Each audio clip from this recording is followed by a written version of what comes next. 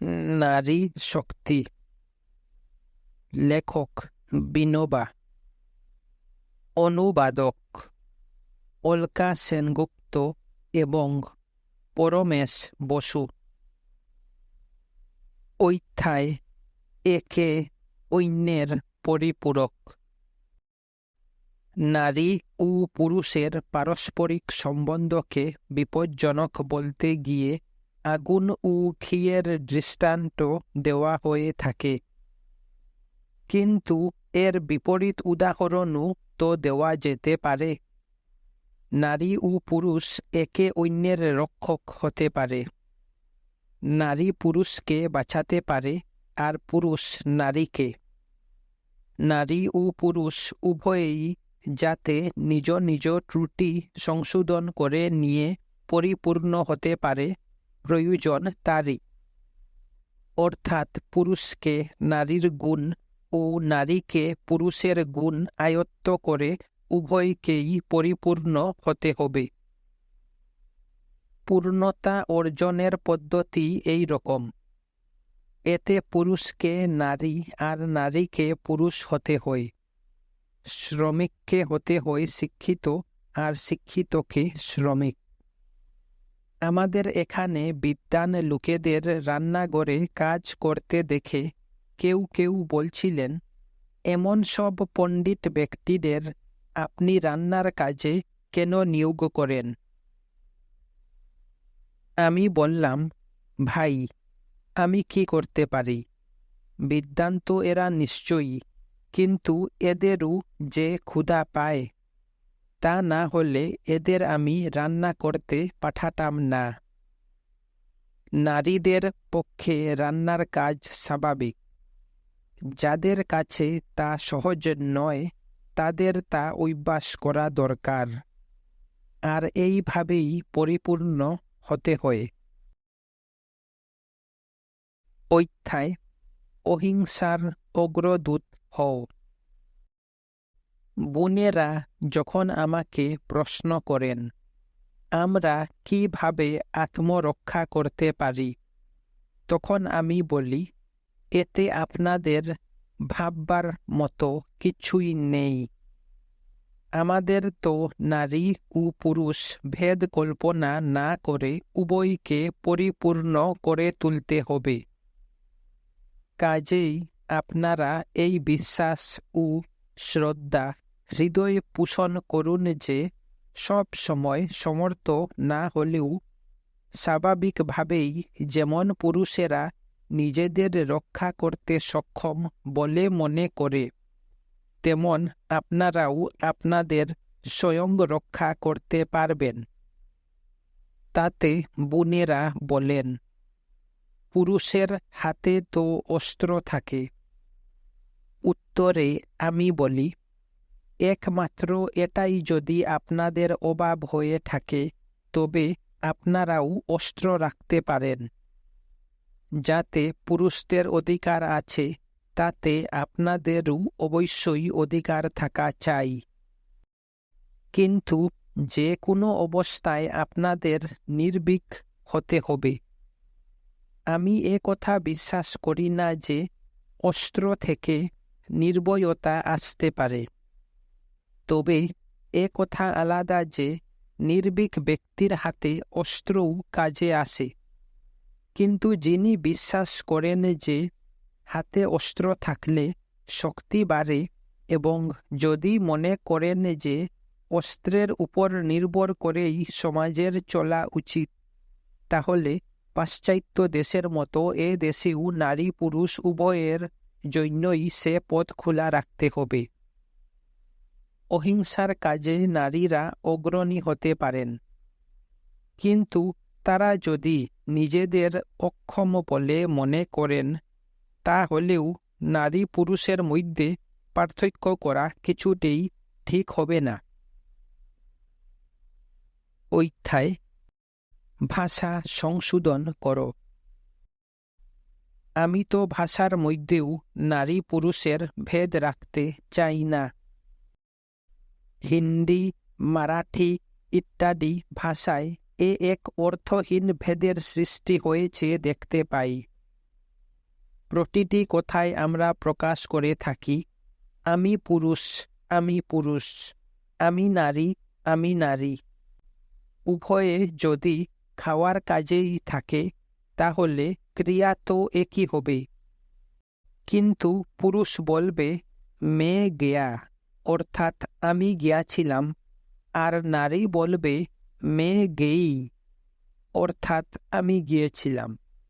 এসবের কি প্রয়োজন?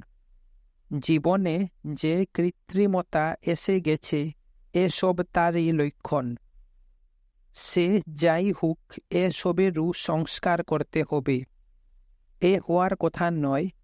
আমি একেবারে এই মাটির কথা বলছি, যেখানে নারী ও পুরুষের সামনাসামনি কথা বলার রেওয়াজ আছে, সেখানে বিধিসম্মত ভাষায় লিঙ্গভেদ থাকলেও ব্যবহারিক ক্ষেত্রে তা লোপ পেয়ে যায়।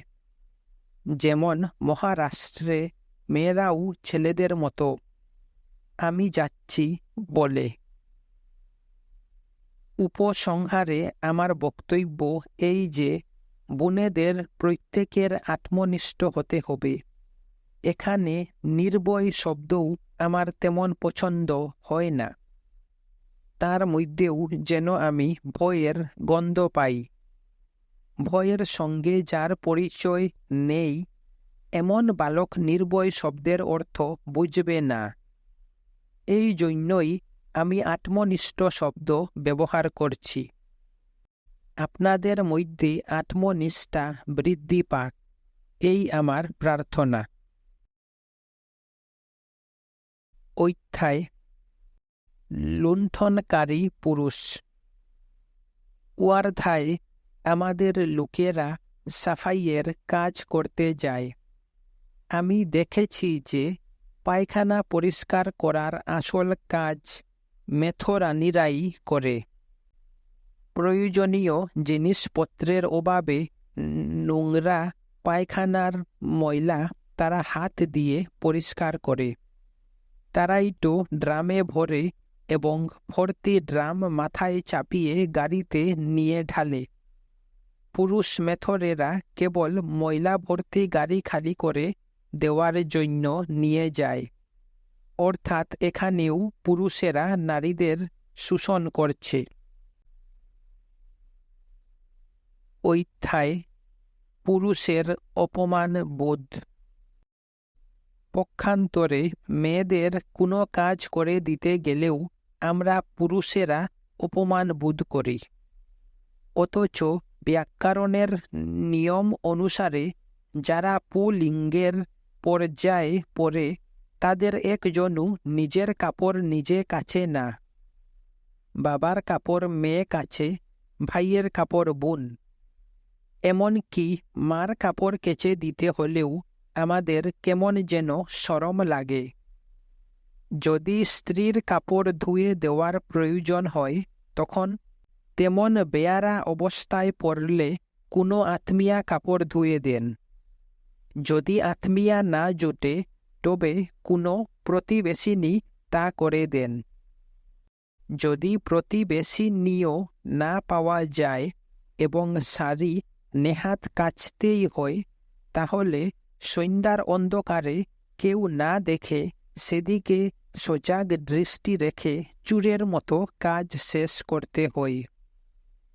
অবস্থা তো এই। অধ্যায় পুরুষ প্রধান সমাজ।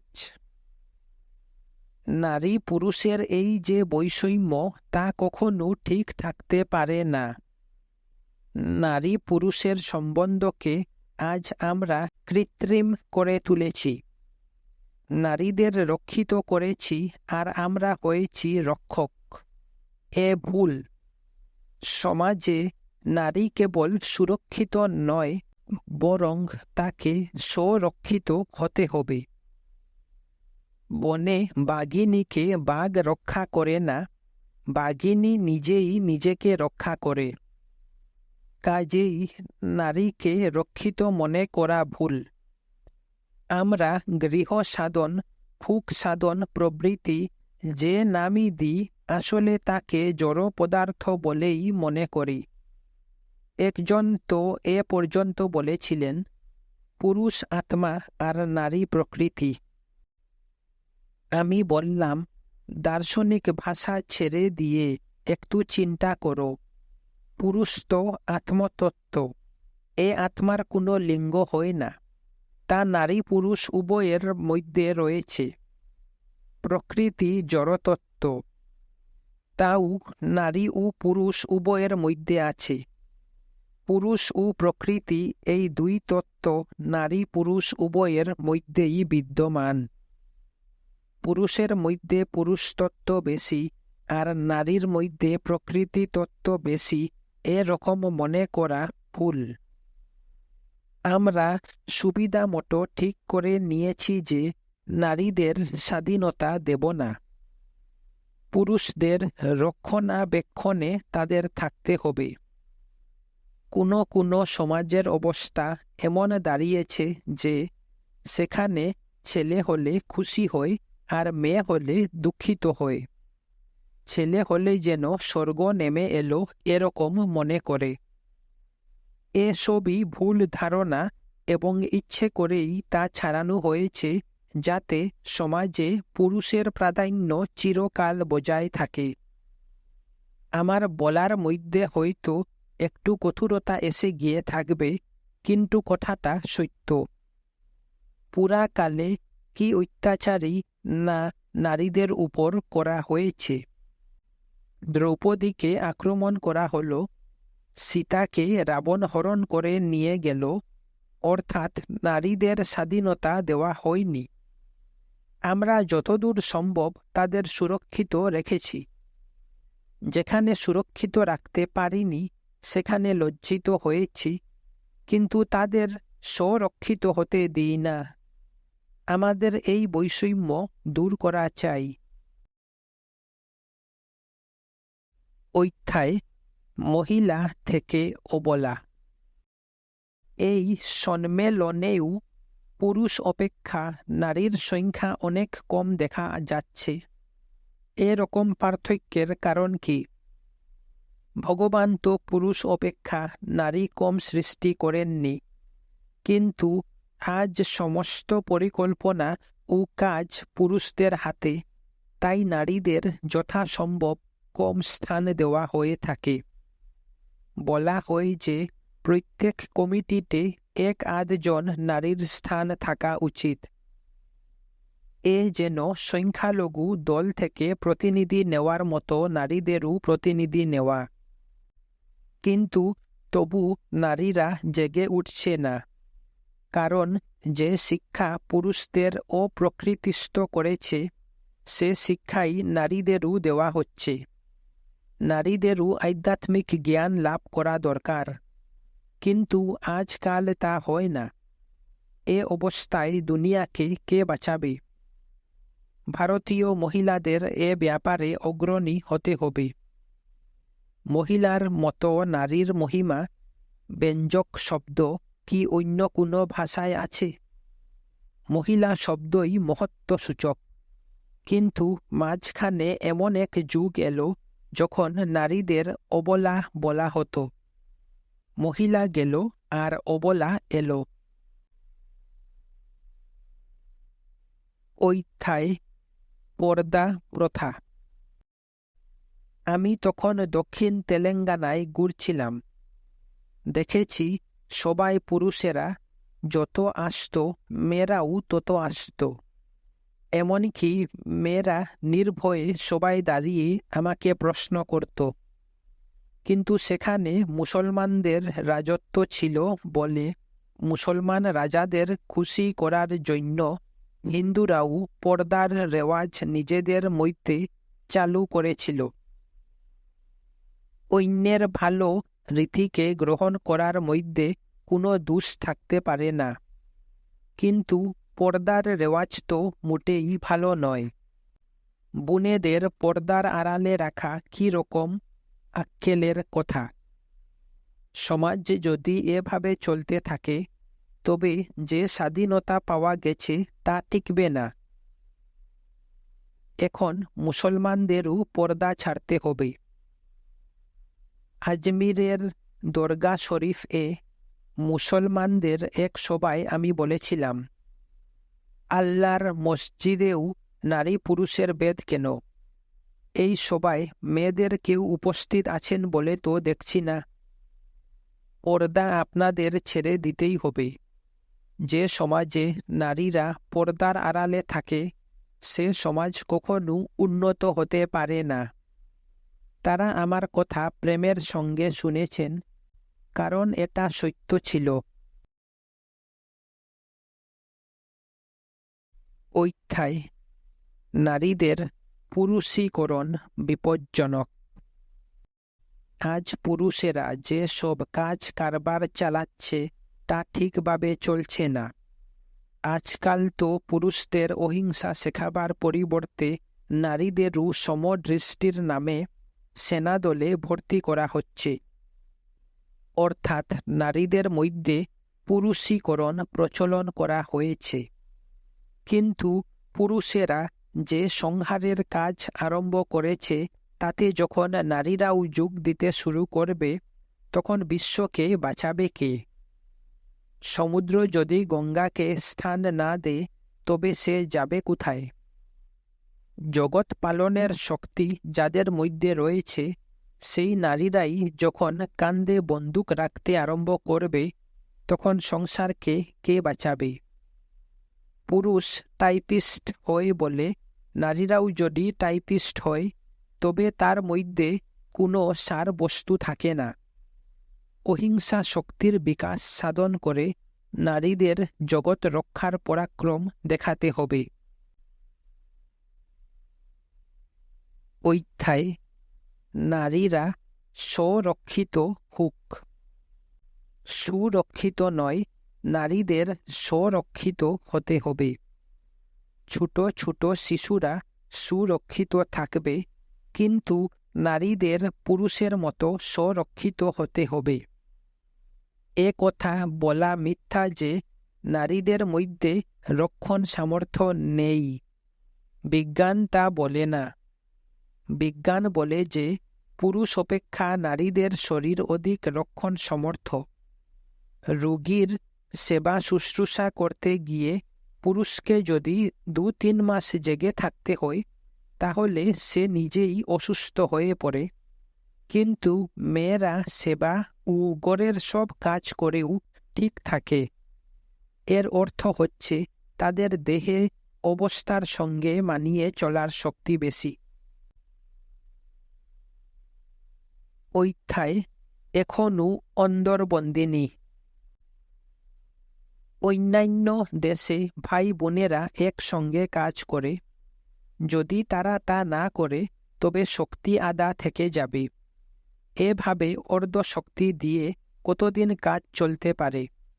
এখন তো ইরাক, মিশর প্রভৃতি দেশেও পর্দা প্রথা উঠে গেছে।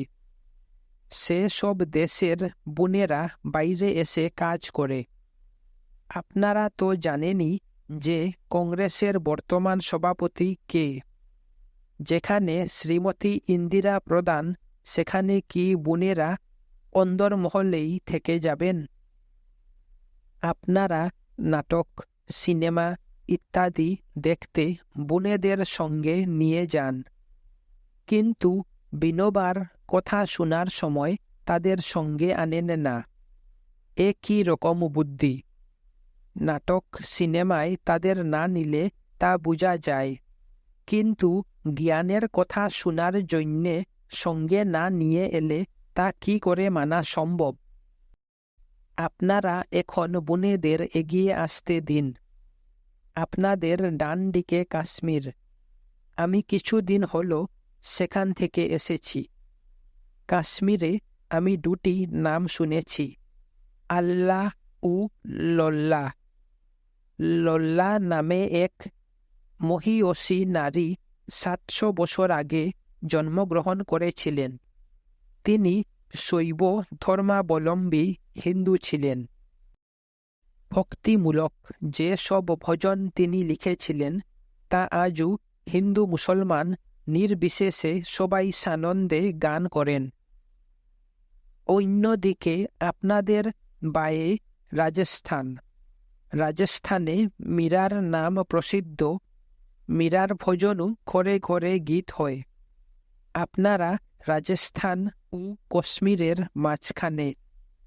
এখানকার বোনেরা কি ভক্তি ও জ্ঞানে পিছিয়ে থাকবে?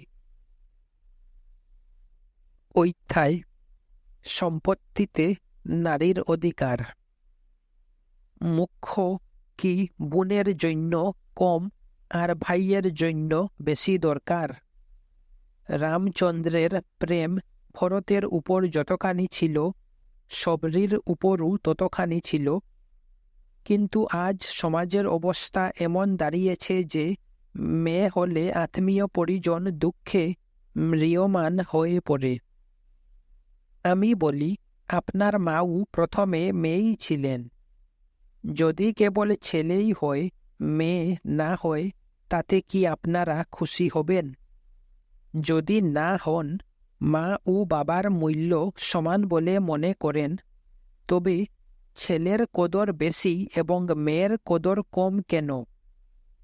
ছেলেরা সম্পত্তির অধিকারী হয়, শিক্ষা পায়, কিন্তু মেয়েদের সম্পত্তি পাওয়ার অধিকার নেই, তারা শিক্ষাও পায় না।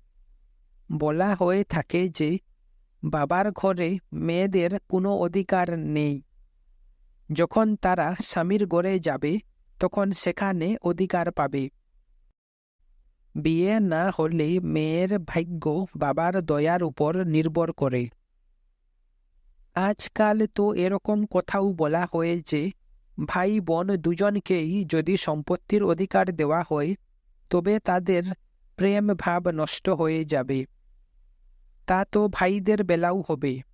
তাহলে এমন ব্যবস্থা করা হোক যাতে বাবা মারা গেলে সমস্ত সম্পত্তি সমাজের হাতে চলে যায়। আবার বলা হয়ে থাকে, মেয়ে যদি উত্তর অধিকারী হয়, তবে ধর্মের উপর আক্রমণ করা হবে। একটু দক্ষিণে যদি যান, তাহলে সেখানে নারী প্রধান সমাজ দেখতে পাবেন। বাবার ঘরে মেয়ের অধিকার নেই, এ কথা যদি সত্য হয়, তবে বাবার গুণ মেয়ের মধ্যে বিকাশ লাভ করত না। আমি এমন অনেক মেয়ে দেখেছি যাদের মধ্যে বাবার রূপ প্রকাশ পেয়েছে। মেয়েরা বাবার আকৃতি পায়, গুণ পায়। এই অবস্থায় তাদের অধিকার না দেওয়ার অর্থ কি?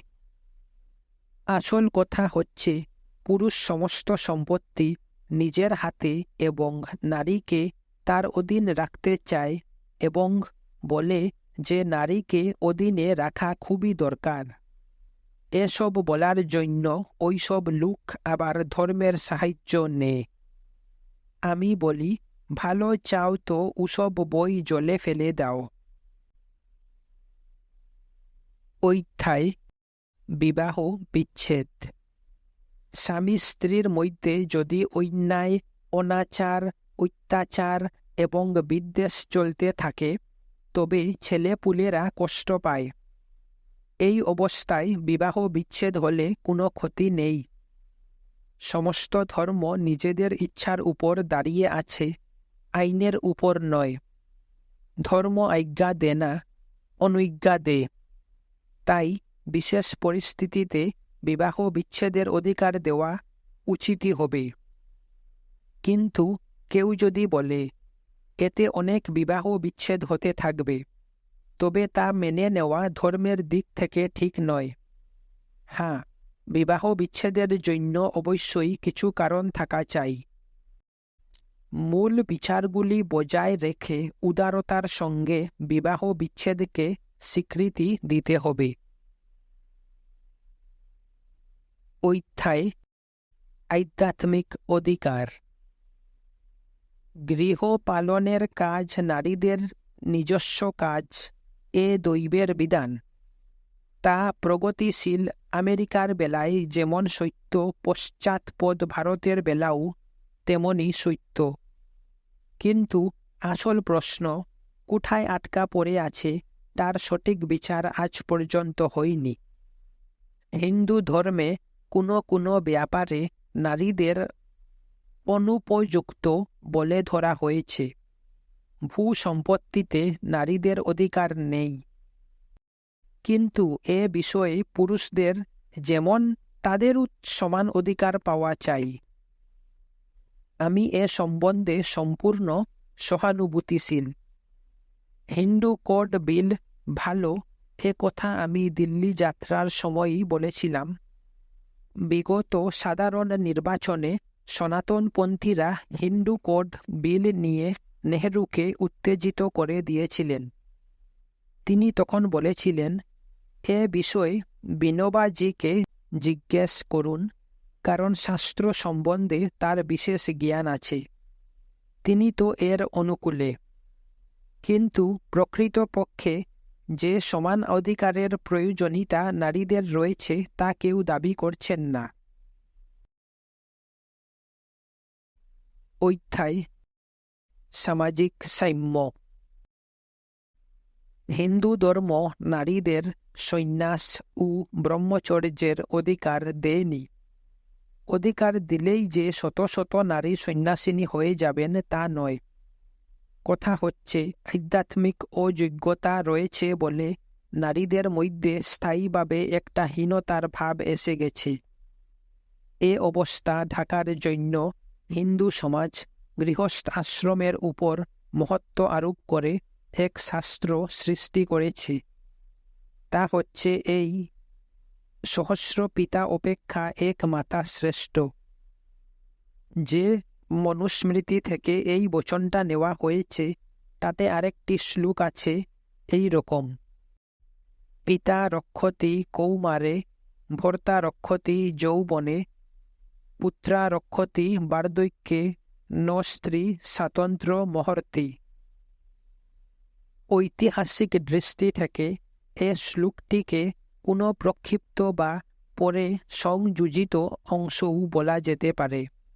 এমনও হতে পারে যে এসব এক লেখকের রচনা নয়, তবে তা একই পুস্তকে স্থান পেয়েছে আর হিন্দু ধর্ম সেই পুস্তককে মাথায় করে রেখেছে। বাবার সম্পত্তিতে মেয়েদের যত্ন থাকা উচিত নয়, এরকম মত যারা পোষণ করেন তাদের যুক্তি হচ্ছে, মেয়েদের দুদিক থেকে পাওয়ার সুযোগ কেন থাকবে? বিয়ের পর স্বামীর পক্ষ থেকে কিছু না কিছু তো তারা পাবেই, অর্থাৎ অন্তত দুই একজনও যে অবিবাহিত থাকতে পারে এমন অবস্থাও কেউ মেনে নিতে প্রস্তুত নন। তারা মনে করেন যে মেয়েদের তো এখান থেকে ওখানে যেতেই হবে। এর অর্থ এই দাঁড়ায় যে নারীদের কেবল গৃহস্থাশ্রমেরই অধিকার ছিল, অন্য আশ্রমের অধিকার ছিল না।